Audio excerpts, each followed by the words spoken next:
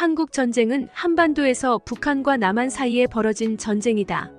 전쟁은 1950년 6월 25일에 시작되어 1953년 7월 27일 교착 상태로 끝났습니다. 한국 전쟁은 한반도에서 북한과 남한 사이에 벌어진 전쟁이다. 전쟁은 1950년 6월 25일에 시작되어 1953년 7월 27일 교착 상태로 끝났습니다. 잊혀진 줄 알고 한국에 왔는데 한국을 도와주러 왔었던 미국 할아버지 70년이 지나도 자신을 잊지 않고 있자 충격. 한국인들은 역사를 절대로 잊지 않습니다.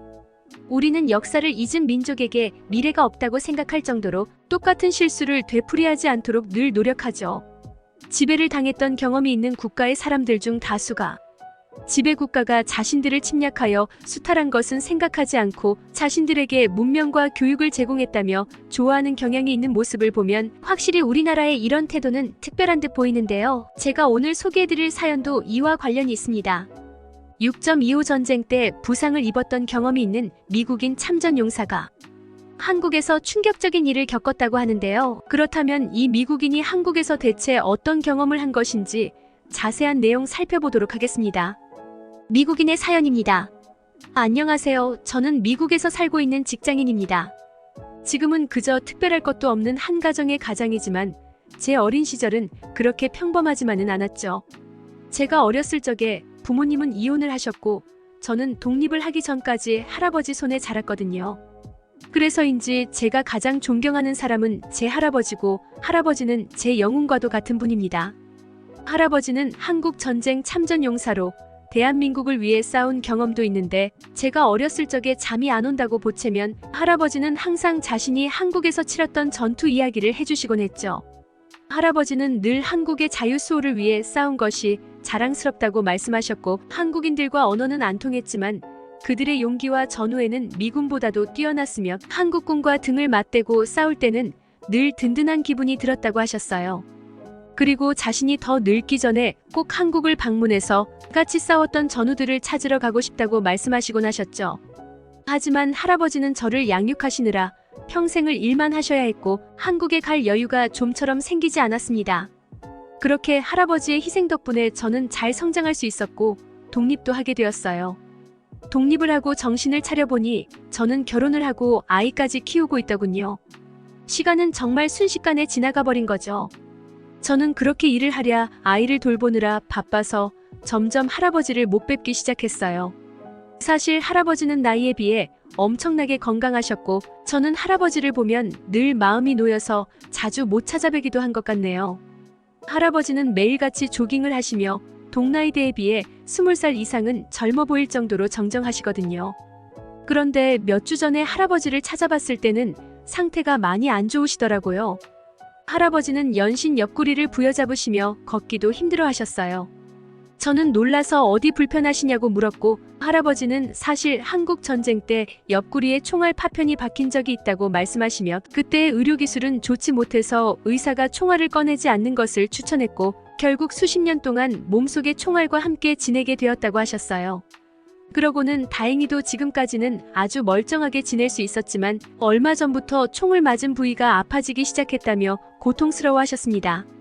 저는 몹시 놀랐어요. 이건 처음 듣는 이야기였기 때문이에요.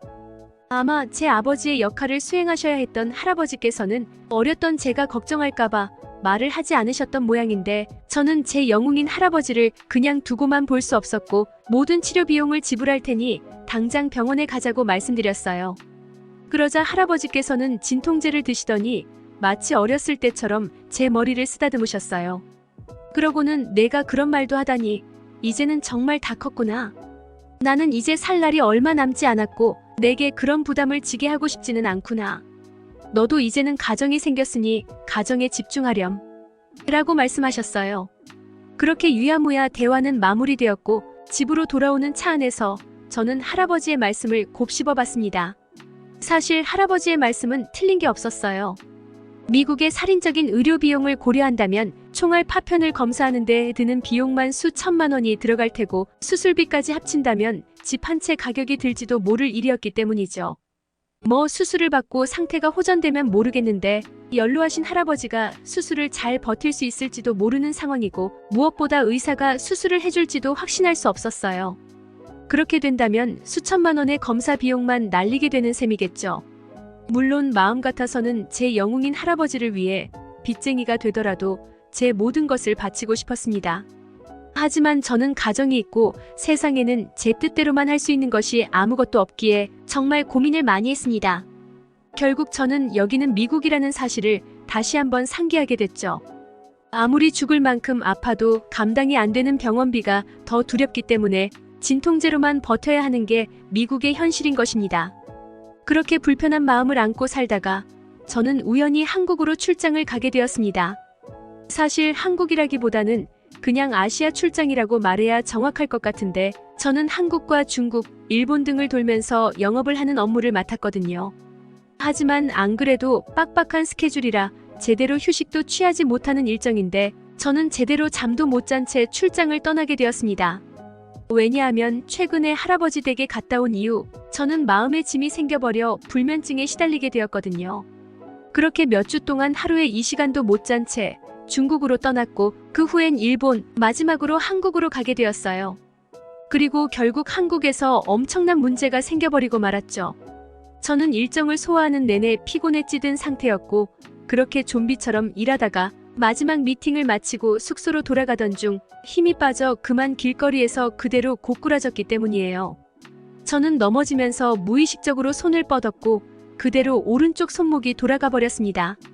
저는 엄청난 고통에 외마디 비명을 질렀고 길을 지나던 한국인들은 제 비명 소리를 듣고 하나둘씩 모이기 시작했어요. 솔직히 저는 남들이 저를 이렇게까지 도와줄 거라곤 생각지도 못했는데 한국인들은 정말 자기 일처럼 저를 도와줘서 깜짝 놀라기도 했습니다.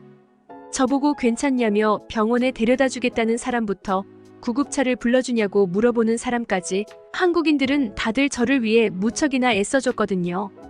하지만 저는 손목의 고통보다 병원비가 훨씬 걱정되었기 때문에 부탁이니 제발 구급차만은 부르지 말아달라고 요청했어요. 구급차 출동비를 감당할 수 없을 거라고 생각했기 때문이죠. 그러나 다친 손목의 상태가 심상치 않은지 저는 고통 때문에 도저히 일어날 수가 없었습니다. 그렇게 다친 손목을 부여잡고 계속 신음하고 있자 사람들은 그러지 말고 빨리 병원에 가라며 왜 고통을 참고 있냐고 물어봤어요. 저는 죽는 것보다 병원비가 더 무서웠기에 한국인들은 다들 부자라서 병원에 가라고 하는 건가 싶어서 황당한 기분마저 들었죠. 미국에서는 뼈가 부러져도 진통제 하나로 평생을 버티는 사람이 많거든요. 어쨌든 그렇게 저와 한국인들의 실랑이는 계속 이어졌고 곧이어 구급차가 도착했어요. 그렇게나 구급차 출동비를 두려워하던 저였지만 막상 구급차를 보니 그냥 타고 싶은 생각이 들더라고요. 참기엔 너무 아픈 고통이었고 더 이상 힘도 안 나던 차였거든요. 따라서 저는 그냥 자포자기한 채 구급차에 몸을 실었습니다.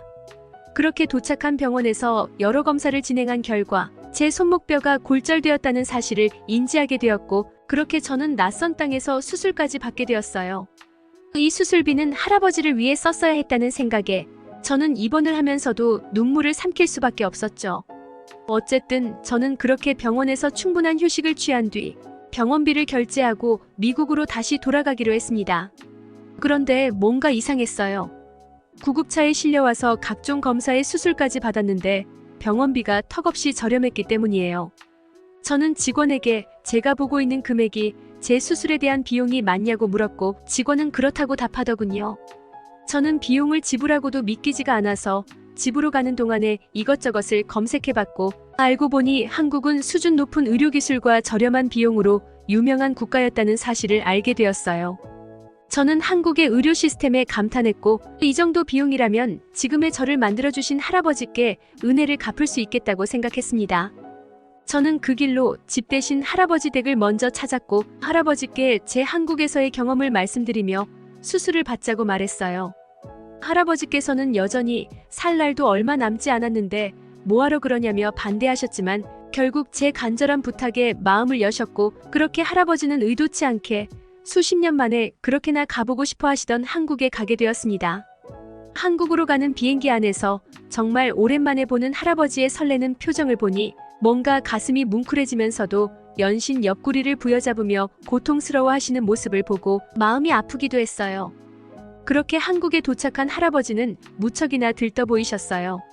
할아버지는 인천공항을 보시더니 한국이 엄청난 경제대국이 되었다는 소식은 들었지만 이 정도로 성공했을 줄은 몰랐다며 연신 감탄하시더라고요. 그러고는 한국 전쟁 때 본 한국인들의 용기와 투지를 보고 이들은 뭘 해도 잘하겠구나 싶으면서도 이런 아무것도 남지 않은 황무지에서 뭘 할 수나 있을까라는 걱정도 들었는데 멋지게 성공한 모습을 보니 감회가 새롭다고 말씀하셨습니다. 할아버지는 긴 비행으로 피곤하셨을 텐데도 서울로 가는 버스 안에서도 전혀 졸지 않으시고 한국의 풍경을 계속 바라보셨어요. 한국이 이런 아름다운 나라가 될 줄은 몰랐고 자신이 한국에서 싸웠을 때만 해도 산들은 전부 흙과 돌밖에 없는 볼품없는 모습이었는데 어떻게 저렇게 생명이 가득한 멋진 산으로 다시 태어난 거냐며 혀를 내두르시더라고요. 그러고는 자신이 목숨을 걸고 싸운 이유를 한국이 성공적인 국가로 발돋움함으로써 증명해 주었다며 너무 뿌듯하고 기뻐서 이제 죽어도 여한이 없다는 농담까지 건네셨죠. 그리고 이 모습을 보지 못하고 전사해버린 수많은 전우들도 하늘에서 한국이 성공한 모습을 보고 자랑스러워할 거라며 눈시울을 붉히셨습니다. 저는 한국의 병원을 미리 알아뒀지만 할아버지는 편찮으신 와중에도 동료들을 만나는 게 우선이라며 서울에 위치한 현충원에 먼저 방문하셨어요. 그렇게 현충원에 있는 모든 전우들과 인사를 나누고서야 할아버지는 비로소 병원으로 향하셨죠. 의사는 할아버지의 상태를 듣더니 다양한 촬영과 검사를 했고 검사 결과를 보고 학을 떼더라고요. 자신은 꽤나 오랫동안 의사로 일해왔는데 몸속에 총알을 달고 온 사람은 처음 봤다며 말이에요. 그리고 도대체 어쩌다 그런 거냐고 묻더군요. 이 물음에 할아버지는 자신은 한국 전쟁의 참전 용사고 중공군과의 교전 중에 총알에 맞았다고 하셨습니다. 그러자 한국인 의사의 표정이 순간 진지해지더니 자신의 할아버지도 6.25 전쟁 참전 용사라고 했어요. 그리고 할아버지께 한국을 위해 싸워주셔서 감사하다고 인사를 하더라고요.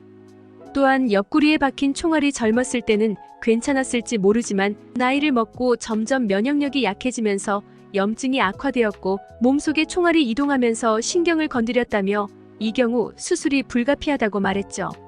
할아버지의 연세를 고려한다면 원래 수술을 말리는 편인데 할아버지의 건강 상태는 나이에 비해 극히 드물게 양호해서 이대로 수술을 진행해도 좋다고 말했습니다. 그렇게 할아버지는 수술대에 오르셨고 정말 감사하게도 연로하신 할아버지는 긴 수술을 버텨내셨어요. 할아버지가 입원을 하시며 저는 정말 수십 년 만에 할아버지와 오랫동안 이야기를 나눌 수 있었고 할아버지는 수십 년 전의 밤처럼 제게 자신이 겪은 전투 이야기를 해주셨어요. 그때는 제가 누워 있었고 할아버지는 앉아서 이야기를 해주셨지만 지금은 반대로 할아버지가 누워 계시고 저는 앉아서 이야기를 듣는 상황에 뭔가 미묘한 감정이 들기도 했죠. 그 후 할아버지는 빠르게 회복하시기 시작했고 결국 예정보다 빠르게 퇴원을 할 수 있었어요. 저는 병원비를 지불하기 위해 직원에게로 향했고 저는 직원이 내미는 청구서를 보고 깜짝 놀랄 수밖에 없었습니다.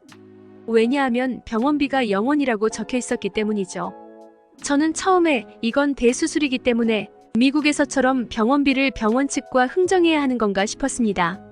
하지만 직원은 당황한 제게 봉투 하나를 내밀더니 수술을 진행해준 의사가 이 비용을 전부 부담하고 편지를 남겼다며 돈을 내지 않고 그냥 가도 좋다고 말하더군요.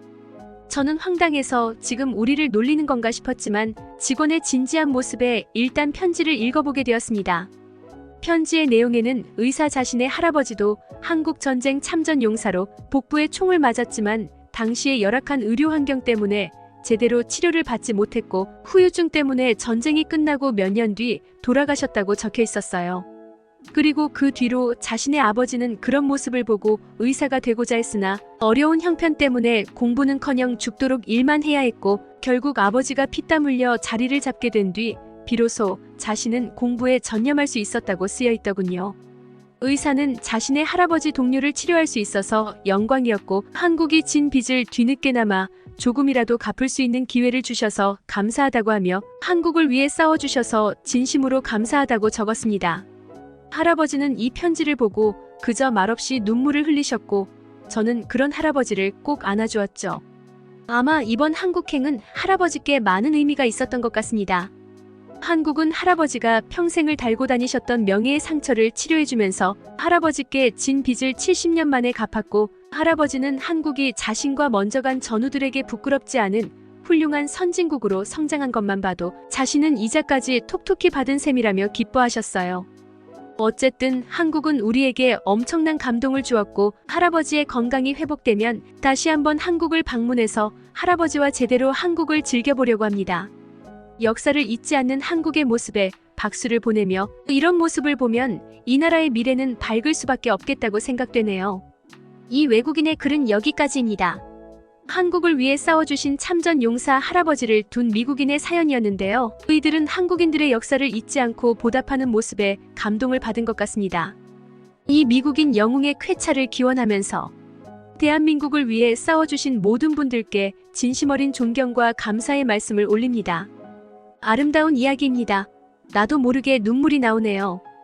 큰 감동을 주신 의사분과 참전용사 할아버지께 진심으로 감사드립니다.